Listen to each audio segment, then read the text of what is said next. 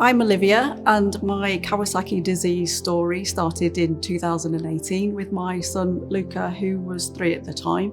He'd been complaining of feeling unwell after a bonfire night, and he had a very high temperature and generally just not himself. And he spent a day just very unhappy, and eventually his breathing started to get quite erratic.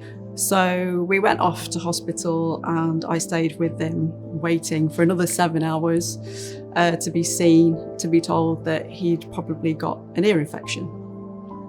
So got some antibiotics, went off home and was told by the doctor that if he had another high temperature that we were supposed to go to our GP, and we were home 2 or 3 hours and his temperature had gone back up again. So took him straight to the GP. And then the next day, which was a Wednesday, he still had a high temperature.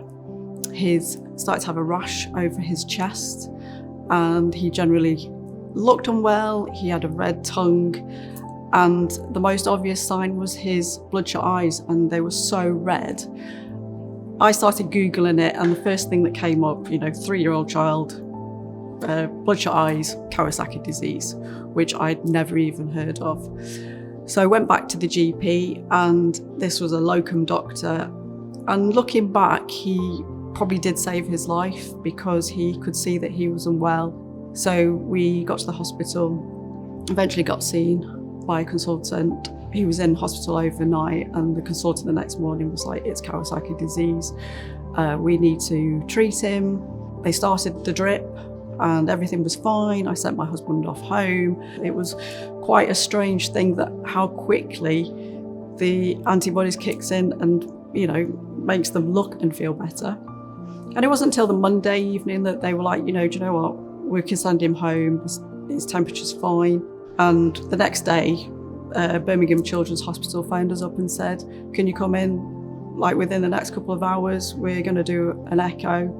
So we went in, and luckily there was no damage.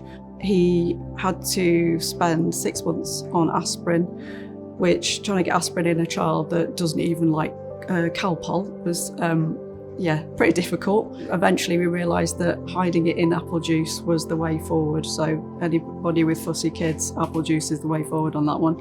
And he had an echo every 6 months, which was fine. Then it became a yearly thing. And then by last Friday, we had a 2-yearly checkup and everything was fine.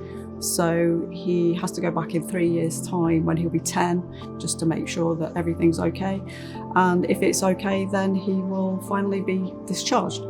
I think with Luca, it's shown that he's come out the other side of it and he's gone back to being a normal little kid. But it's not, Kawasaki disease is not the end of the world. And I think that's important to stress, because if you get seen by your doctor, then you can carry on living a normal life, which Luca has done for the past 4 years. And I think if we hadn't had the locum doctor to say, "Do you know what, there's something seriously wrong with this child, he needs to go to hospital," then maybe the outcome could have been much worse. So it's not the end of the world, because it does get better.